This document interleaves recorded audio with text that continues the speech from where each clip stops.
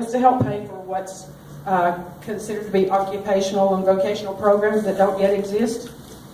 And if these programs are ready, when the first class shows up in about a year, if they're staffed the way that community colleges are, these folks will find that half their instructors are adjunct faculty, part-time workers without benefits, and their mentors will be volunteers. Now, I don't know about you, but 5,000 volunteers, that's a little hard to come up with. I could be wrong, but we'll see. We're paying hundreds of millions in state initiatives to increase the percentage of college-educated adults in the state to 55%. Yet, if you read the budget and you look closely at the details, what you're actually doing is pushing young people into diploma, certificate, and AS degree programs. Okay?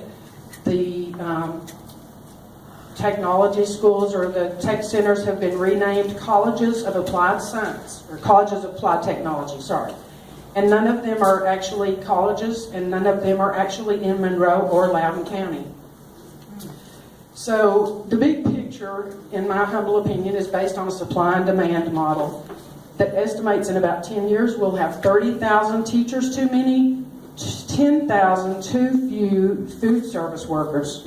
And the top 20 growing occupations are supposed to be, among those, personal care aides, construction helpers, and marriage counselors. That made me laugh. I thought, with a budget like that, yes, we'll need those marriage counselors.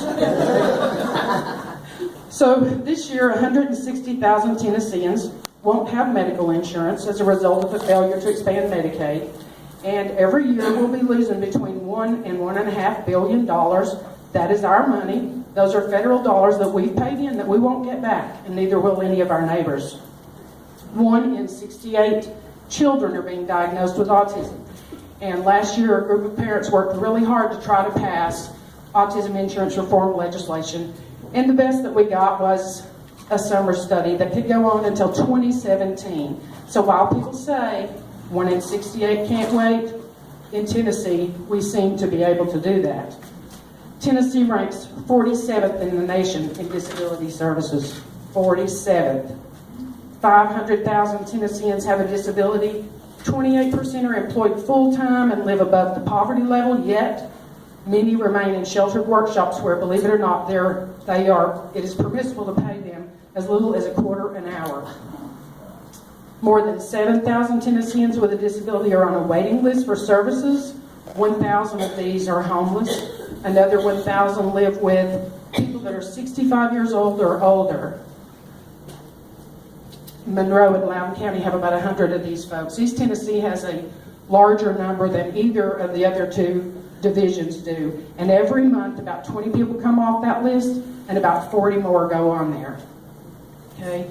We keep hearing about new jobs, and yet we continue to rank first in what? Minimum wage jobs. Okay?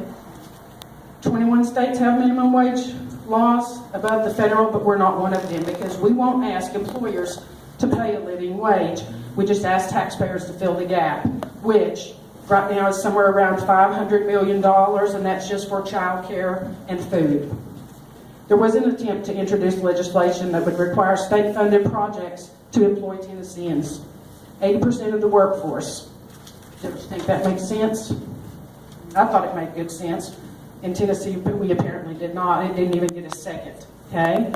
But instead, we did pass some laws that undermine worker rights and wages, okay?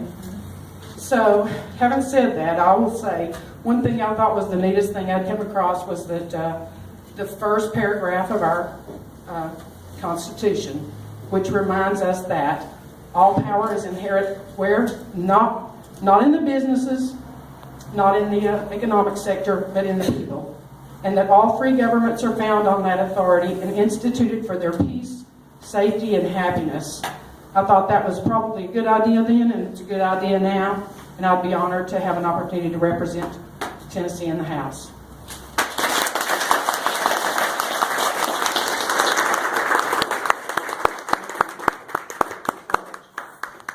Have you questions? We want you to win. Well, I would like for you to vote. Yay!